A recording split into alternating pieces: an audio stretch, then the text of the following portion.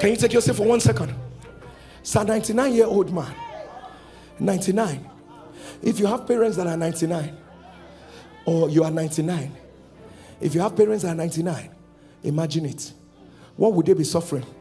Arthritis. What would they be suffering? They are bent over. What would they be suffering? Vision is a problem. In all of these weaknesses, Karate baya, Zekotolo balai, Karabade boroso kotolo Jende beadaba, Mate Karaba. When my season comes, I'm not going to let my weakness stop me. I'm gonna run.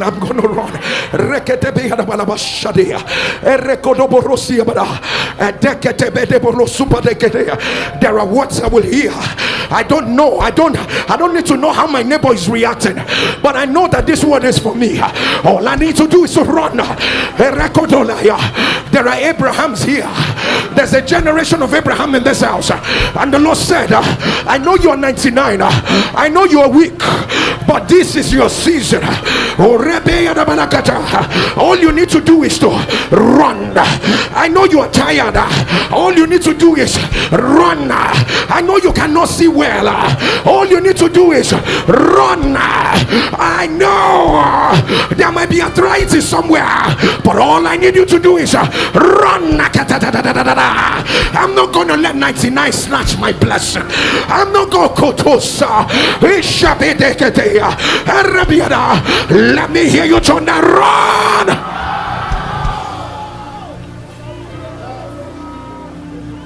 Take your seat. You find out in the New Testament, the woman with the issue of blood understood this. The woman with the issue of blood understood this and said, yes, I'm not the one. I'm not the one. This one is going to the house of Jairus. But there are people that thought the Lord started with them. The Lord started with them. But there is another generation that say, I may not have been the first person, but I'm going to grab it. I'm going to take it because the mandate is run. Hey, Shakata, I'm putting my weaknesses aside. They see me running and they are laughing. Imagine seeing a 99-year-old man trying to run. The young boys will laugh at him because his weaknesses is making a mess of his run. But a God that sees me, there's a God that sees me. He knows I didn't let my weaknesses keep me where I am. I know whom I believe, and I'm persuaded he's able to keep that which has been committed into his hands against that day. Somebody shout, I run.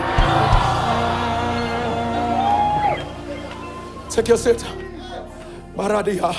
I may look at your neighbor, say 99, but still running. Help me look at another neighbor, say 99, but still running. Oh my God, lift that neighbor, get in the face of another, say 99, but still running. Leave that neighbor, get in the face of another and say 99, but still running. If you believe it, on that louder, amen.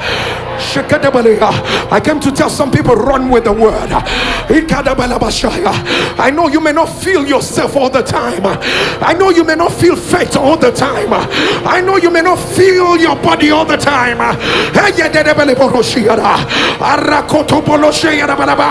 But keep running. Apostle Paul said, I do not run like one that beats at the air.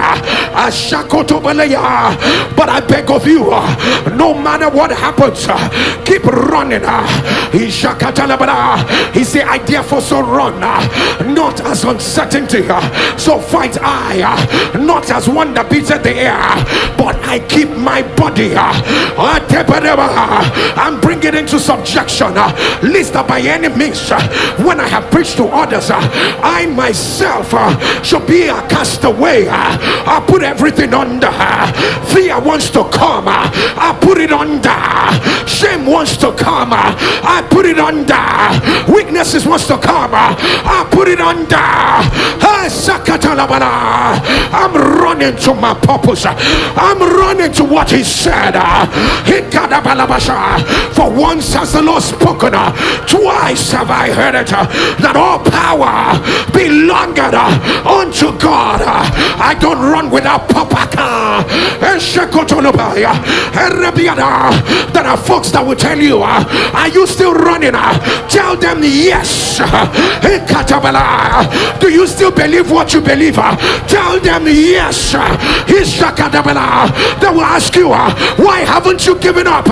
Tell them, I know the God that I believe in. I know that after I am tested, I will come forth as God.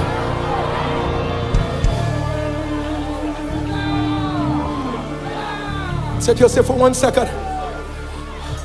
99 but still running. Tired but still running. Weak but still running.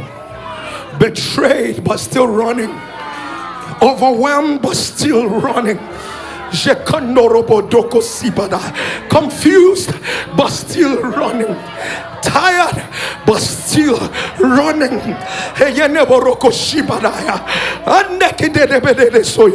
Stuck but still running.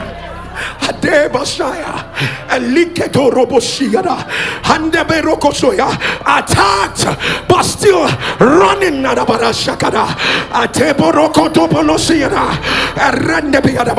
Because this men did not say, let us go to Abraham's house. That's not what they said. They were on their way to Sodom, and Abraham said, there's a move of God. There's a move of God. It is passing through our house. When there is a move of God, Abraham already concluded in his heart. He says, Sarah, we are going to host God. If we don't host him, he will pass. If is moving, I came to church last Sunday. Someone testified, there's a move. There's a move. I go on NSPPD, I hear testimonies. I know there's a move. Sarah, don't let this move out of our house. Don't let this move and touch our neighbors and leave us. Sarah, please, let us host this move. Let it not be said that we saw 3 men that walked past our house, but we never hosted them. Lord, give us the zeal to host your presence. Lord, give us the discipline. We want to host. Lord, give us the focus, the precision to host you, Jesus. We desire nothing else but to host you. Hey, there's a move going in the Balaya. Abraham said, come to my house. Come to my house. I know it's not your destination, but I'm not going to let you pass. I want to host this move. Lord, how can I? Is it by practicing your process? Lord, how can I host this move? Is it by prayer? How can I host? What do I need to do? I want to host this thing. I don't want to hear it as a story. I don't want other people to experience it, and I'm here clapping for them. I want to host this.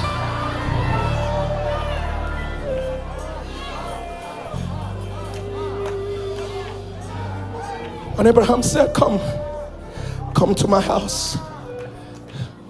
And they came.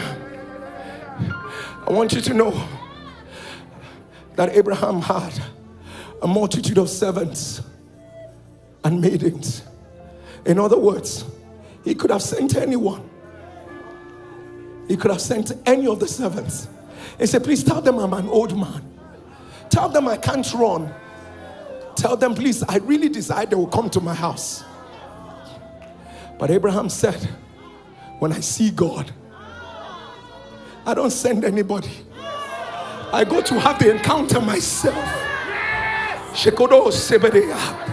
When I see God, I wish I can stay here. I'm not putting anybody there. I want to talk to them myself. When I see him, there's something about them. I'm not sending anybody. I want to go and encounter them myself. And Abraham brought them to the house and said, all I need you to do is to wash your feet. And all I want you to do is to eat in my house. And this was the guy. He ran to Sarah and said to an old woman, Sarah, I said, today, you are the one cooking. All the chefs are on break. Zekoto Balashia. Sarah, they are not cooking.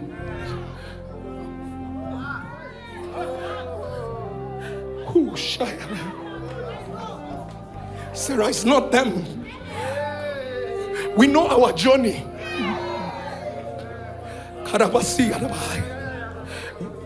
We are not depending on them. Sarah, cook. I brought them. And that lady never questioned the husband.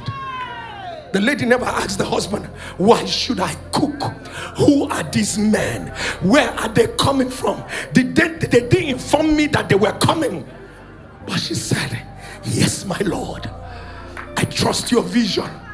I trust what you have seen. You don't come to me and tell me about this kind of man. And Sarah cooked.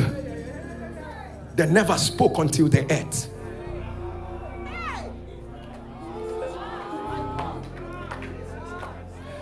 They never spoke until they ate.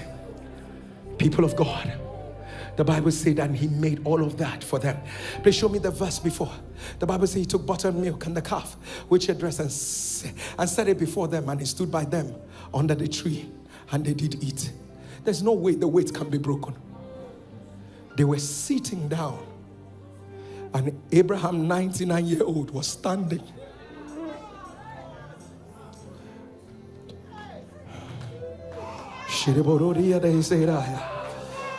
If praise is like perfume, a lavish mind on you, till every drop is gone upon my Lord. All upon your feet, like wine for you to drink, like water from my heart. I pour my love on you. He praises like perfume, a lavish mind on you, till every drop is gone.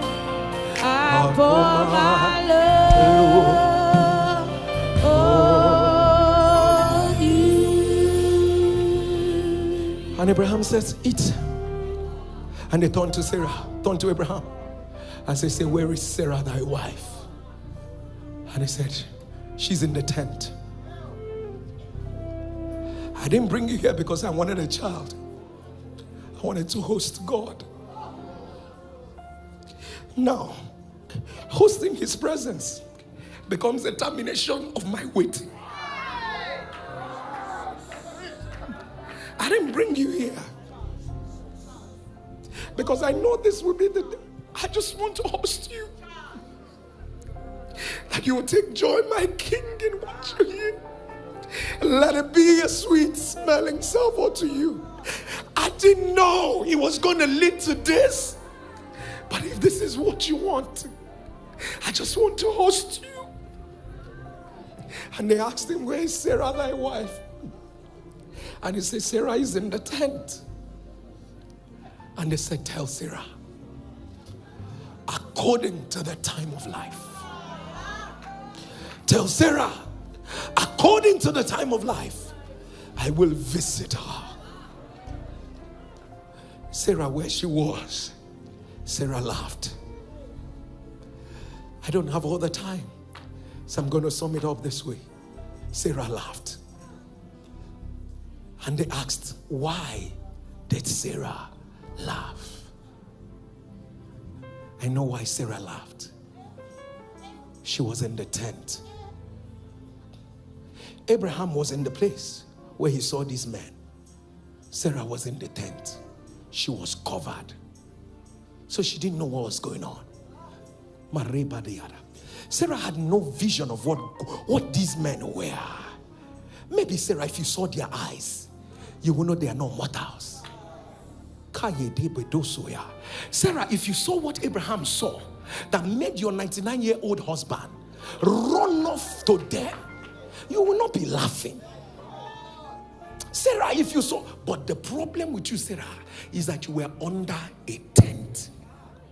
What is the covering that is making you not understand where he has brought you into or who visited your house? Sarah, what is your problem? And they asked, why did Sarah, your wife, laugh? And Sarah said, I didn't laugh. I didn't laugh. But they said, no, Sarah, you laughed. And they asked, is there anything too hard for God? Sarah, do you know what you guys have done? You have hosted God.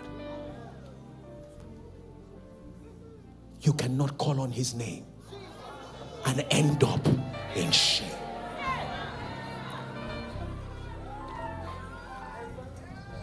I cannot call on your name and end up in shame. No way. No way. I cannot kneel before you and kneel before man. No way. No way.